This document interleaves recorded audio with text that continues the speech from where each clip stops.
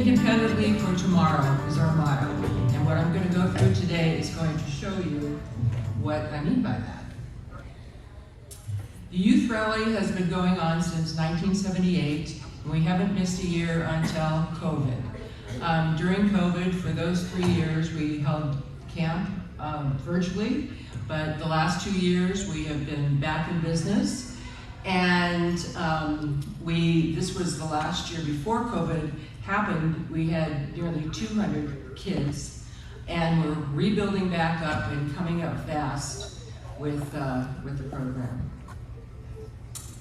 We are a nonprofit, a 501c3, and all donations are tax deductible. We are also an organization with no paid staff. We are all volunteers, and no child has ever been turned away because of financial necessity. We provide scholarships for both the on-site and travel if necessary. The majority of our kids at least get a partial scholarship. These are the goals of the rally. The morning time, we do education with all of these different topics, which I'll be talking about. And the afternoon, we do fun stuff. But one of the major things is networking, of the kids being with other kids and realizing that they're not the only one. And the youth rally is for any child ages 11 through 17 living with any of these procedures. The reason we start at 11 is that's normally when kids are going into middle school, and there's a lot of changes, changing classes, the bathroom situation, just the social interactions, and just middle school in general. So we hope to get them right when they're 11, and for the majority of them, once they start, they come every year until they're 17 and getting out of high school.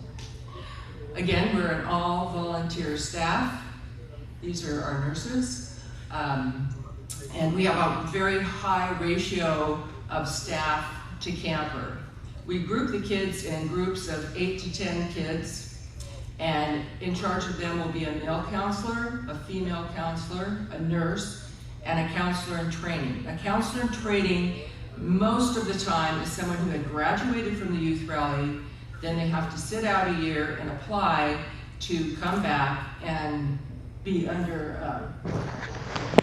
learn for a year, and then if all goes well, they're a full-fledged counselor. So the majority of all of our staff have these medical conditions, especially since we've been going on so long. The majority of our nurses are psychologists, are child life specialists. We've had a doctor. So the majority of the volunteers, and of course the counselors, the general counselors, grew up through the youth rally. And like I said, they're grouped in groups of 8 with their nurse and their counselors. And so each nurse gets to know those 8 kids very well. We make sure that we don't put all the kids with very special needs in one group, so they all get the right amount of medical care. What I'm going to do is take you through our last youth rally, which was at the University of Colorado Boulder. We always hold it at a university, and we move it around because our kids come from all over the United States, Australia, UK, Canada, you name it, they come. And so we move it around, and doing it at a college campus, each campus is different in how their dorms are set up. More and more now, dorms are set up with like suites, with like 6 rooms, 2 kids in each room. On one side, counselors on the other, 2 bathrooms and a little living room. And then others have the bathroom down the hall. So they're learning, what works for them. Of course, one of their looking at these campuses is adequate bathroom numbers. Lots of them. This is our numbers since last year. And as you can see, they've gone down. They were 107 this year, but we're on our way back up. And this is one of the things we do, go talk to parents and kids at conferences and medical people, so they will want to refer to us. Our staff, as you see, is very large, 76, and that's the breakdown. A couple days before the kids come in, our staff comes in. We set up everything. We set up all the rooms. We go over policies and procedures, and all of the medical companies donate their latest stuff. So we have every kind of catheter in the world. We have ostomy supplies, we have incontinence supplies, and the nurse that's in charge of each group will work with the kids and see, if they need any changes, and they can be introduced to those products while they are at camp, and then take home any samples that they want. Oh, okay. Okay, now I need to move that. All right. Then the kids come in on Monday, and they come in by air, by car. One of the biggest questions I get from parents or first-time campers, which I've gotten today and yesterday, is, how about flying? Do they fly by themselves? Some parents, come in and drop off their kids, but normally, especially after a couple years, the kids fly on their own. We have a travel agent that we go through that we encourage parents to use, and we have her, if there's kids from the same area, try to connect them beforehand, get them on the same flight, and have them meet if they want to also. We have special permission from TSA. We'll be wearing our camp shirts, which we send the family a picture of. We have a picture of the kid from their application. We have permission to go up to the gate, walk them from the gate back to get their luggage. When we get a big enough group, we take them back to campus on a bus. Same thing going back. We walk them up to their plane, wait till it takes off, and send them on their way. So the first day is, getting settled, meeting their nurse, meeting with their group, and then we always do fun things the first night, kind of icebreakers. Last year, the theme was Bigfoot, being in Colorado, and a lot of crazy costumes, and they were doing sports, karaoke, and so it's just a fun evening, getting to know each other. Tuesday, we start off with our medical education and rap groups. They have a big medical session where they kind of generally talk about different reasons kids are there, so they kind of know, there's many diagnoses here. And then they break down by their diagnosis. So all the kids with extrophy would be together. And they talk about their diagnosis. And then in the afternoon, they'll break out again by medical management group. Say a kid has not had, they're incontinent, they're thinking about a mitrofanoff, they haven't had one yet. They can go to a group on incontinence, or they can go to a group about mitrofanoffs and find out about that. There's nurses running these meetings, and then there's counselors who also have the same medical condition. We also have late night groups, specific. We have one for adoption, LGBTQ+. For extrophy, we have the older girls, just the older girls extrophy. We'll meet late at night to talk about their specific things, and same thing with the extrophy boys. So they have separate ones also. And that night, we had a bowling party and a pizza party. Again, a mixture of fun and education. Here's one of the medical education sessions. I think I went over that. Yep.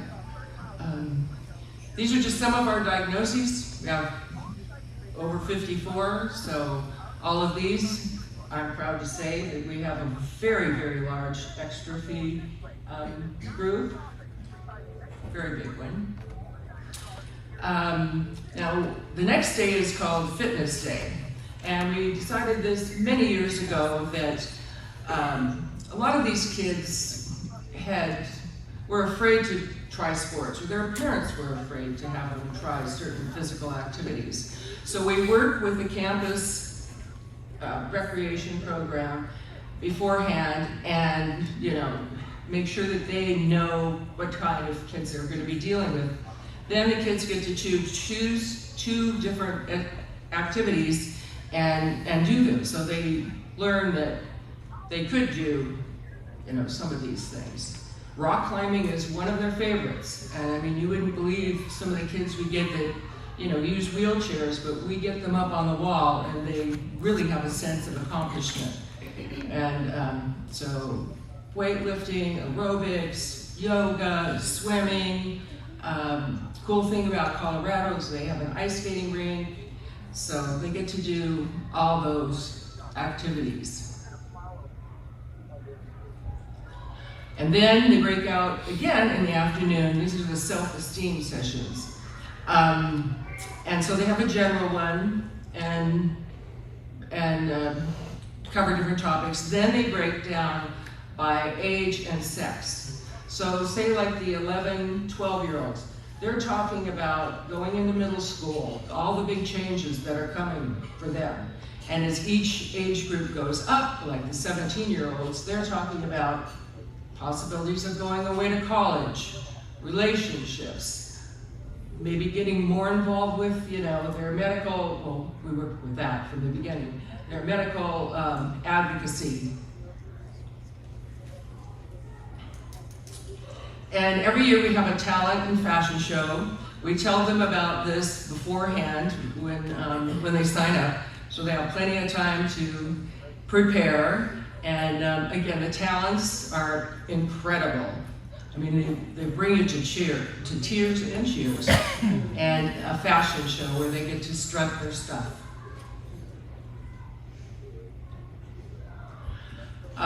Thursday is always a field trip day. Sometimes, like in Boulder, it was a amusement park. We've gone to Seattle and we go to a lake and go boating and swimming. Next year we'll be in San Diego. We'll go to the beach. So it just depends on what location we're in, what activity we do. And it's already the last day. So these are what we do on our last day. This year our guest speaker was Kian McGinnis. Kian was adopted from China with bladder exstrophy when he was 9. And he went through, he was a camper, now he's a counselor, and he's a fitness buff. And he, again, really talked to the kids about the importance of taking care of your body.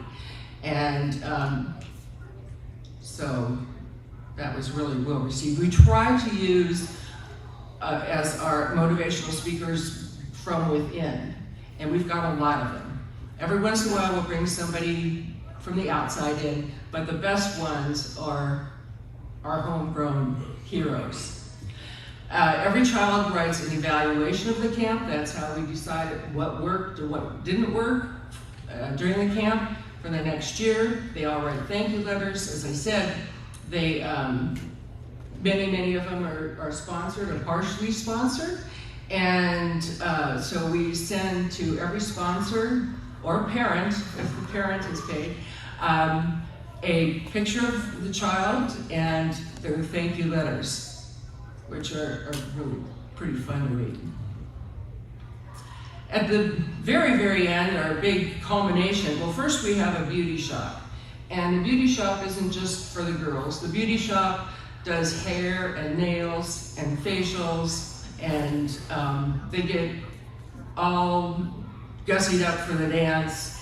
And they even have we have dress donations, so girls, if they didn't bring a dress or they wanted to check other things out, they can. And then we have the graduation dance. And as I said, the kids graduate from the youth rally when they're 17. And to put closure on it and just send them off on a big goodbye, we have a graduation ceremony. This is on your right. under the mushroom are all of our graduates, and you see the tunnel, and those are all of the non-graduates and all of the counselors. We make a tunnel, and all the graduates come through the tunnel, and at the end of the tunnel, graduate. Next year, the rally will be in San Diego State University, which is one of the kids' favorite locations, I think. The dates are July 14th through the 19th. I will be around. I'd love to talk to any of you. If you've gone to the youth rally, would you stand up? So you'll see some graduates around, and they can answer any of your questions probably and tell you more about the ins and outs even than I can.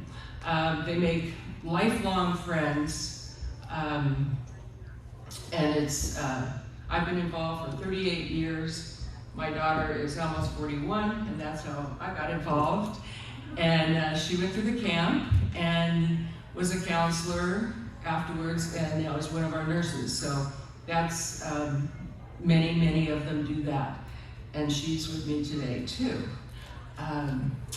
So that's the youth rally, and I thank you very much for.